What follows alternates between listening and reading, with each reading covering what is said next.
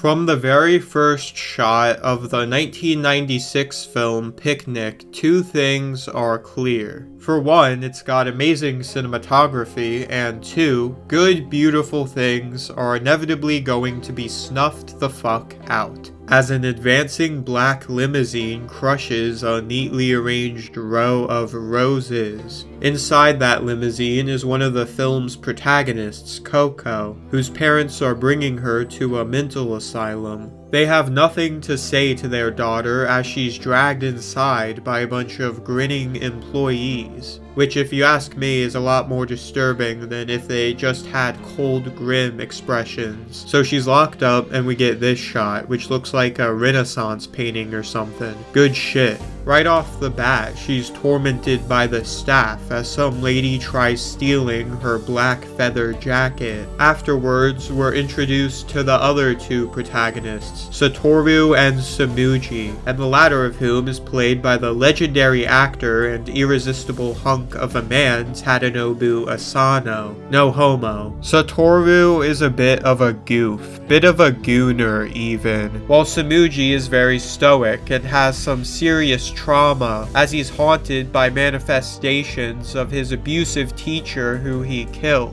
And his teacher is depicted as some weird mutant puppet that pops a bunch of little dicks out of his pants and starts pissing everywhere. This whole sequence, especially with the sound design of fucking menacing wind, is like David Lynch on a gnarly shroom trip or something. どうして先生を殺したんだ。うるせえな。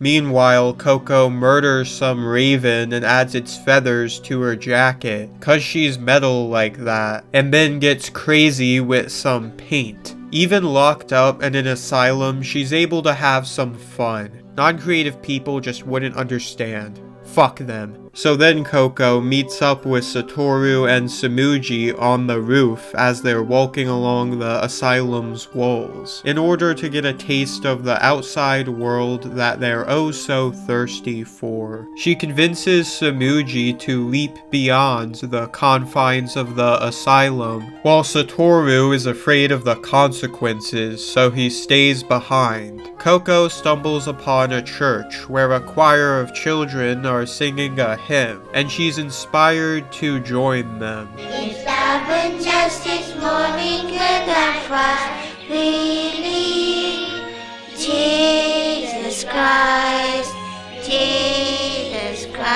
everlasting grace I seek.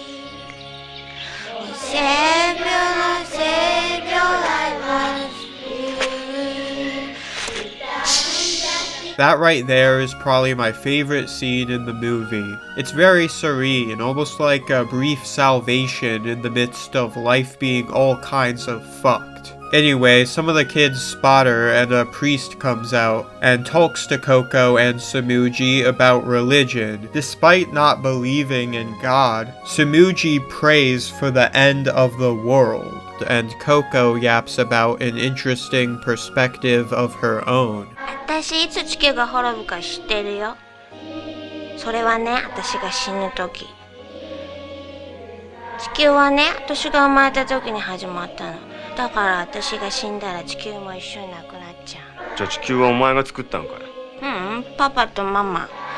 神様がいるとしたらきっと私のパパとママが神様ね。だって私のこと作ったのもパパとママだし。I mean, the world ending with her death may as well be true as far as she's concerned. She goes on to say that her parents would do anything for her, but Samuji then confronts her with the fact that they dumped her at the asylum, which she adamantly denies, using cope as a shield. The priest gives Samuji a Bible, and upon reading it, he's converted into a believer of God. God. And as we all know, when you mix mental illness with religion, it's like peanut butter and jelly. Only good things can come. So then Coco and Samuji basically get tortured as punishment for leaving the asylum. And Samuji even gets raped by a nurse and pissed on by his teacher. Later, he mistakes the Bible's publishing date, July 10th, as being the day the world will end, which is adorable. And listen, the way people usually interpret the Bible is already arbitrary as fuck anyway, so let him have it. Coco proposes that her, Samuji, and Satoru all go watch the end of the world at a scenic spot. And so they embark on one last journey along the city's walls to top things off, using the structures that had once confined them to instead lead them to some semblance of freedom. That right there is how you flip existence on its head.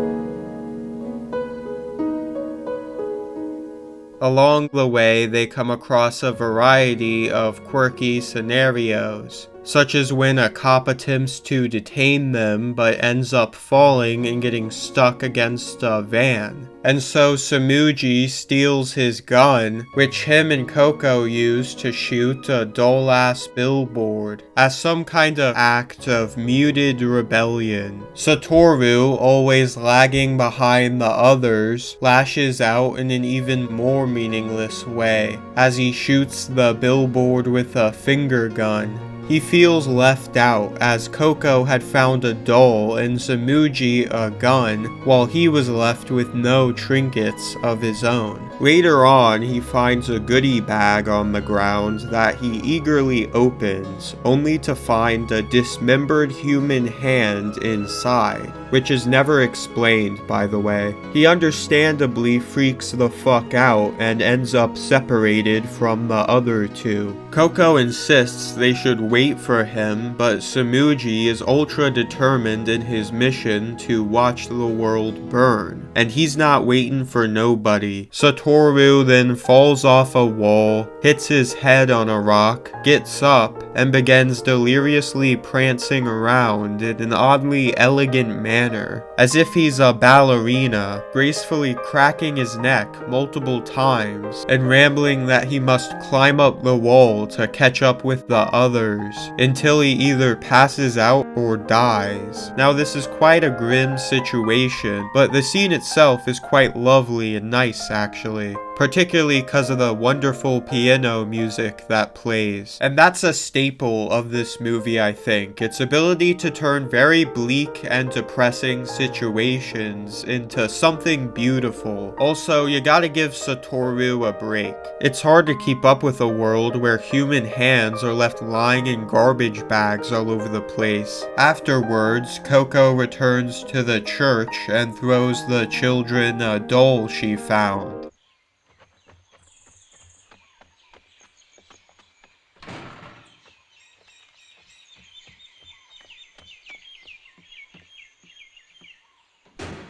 Though Coco is trying her best to have a positive impact on the world just isn't having it. It then begins raining, just as it did when Samuji killed his teacher, which triggers another hallucination. And he really breaks the fuck down for real. Look at that imagery right there. Two broken people crouched under a tiny ass umbrella with a bunch of holes in a futile attempt to shield themselves from a relentless downpour. It really encapsulates the struggle to survive in a cold, hostile, and miserable world. Samuji opens up about his traumatic past for the first time to Coco, and she then reveals the reason she was sent to the asylum. She had a twin sister named Kiki who accused Coco of being an imitation of her. So in order to find out which sister was real, they strangled each other until one stopped breathing. And obviously Coco won. Afterwards, her and Samuji share the world's last kiss. And I've gotta say, the performances in this scene in particular are effortlessly masterful, okay?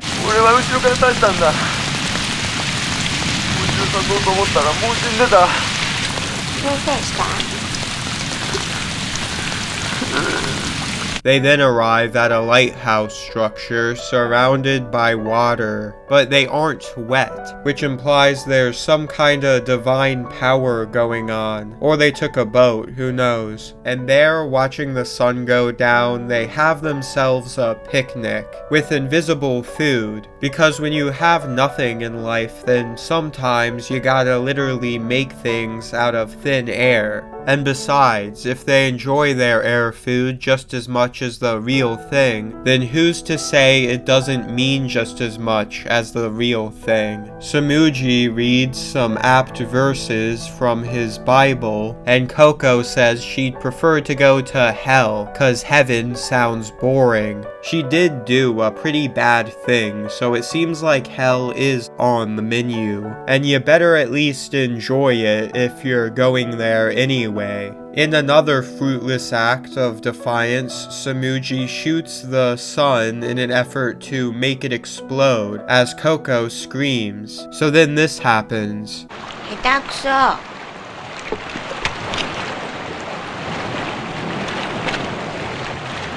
ぱり私が死ななきゃダメみたい。私があんたの罪洗い流してあげる。Thus Samuji is left holding Coco's corpse, crying out at the world for killing her as he clicks the empty gun into the sky, while feathers fall around him. And once again we hear a lovely piano tune. What an amazing ending. How suddenly Coco's gone just like that. And yet, of course, there was plenty of foreshadowing. As she had said earlier, to her, the end of the world meant her death. And of course, that's exactly what happened. And just the visuals of her casually holding the gun to her head, Samuji's face coated in her blood, and the feathers raining down around them, it's fantastic stuff. And also, this scene is an example of how there's some real gems in the film's script. 私があんたの罪洗い流してあげる。 Mwah. At the end of the day, Picnic is a film that is as disturbed as it is serene. A wonderful blend of tones that, instead of clashing, mix together into quite a special concoction. And it's not just pretty on its surface. There's of course all kinds of philosophical and religious undertones, like with all the Bible verses scattered about and the motif of the three protagonists being referred to as angels. Also, the film shows how in some cases freedom is built upon death and destruction, as Samuji killed his teacher in order to escape his grasp, and Coco killed a raven in order to improve her outfit, and by extension her sense of identity. The way I see it is it's a story about how the youth, or angels let's say, are shot down to hell by a sick world. Despite glimmers of the divinity and beauty within them peeking through the cracks, their fate is sealed. And if you're looking for a lesson, well, maybe it's something like when you're dealt a shitty deck, then you gotta try your damnedest to make something out of nothing if you want to salvage any hint of happiness out of your life, even if it means cope. And cherish those rare little victories and allies you do obtain along the way,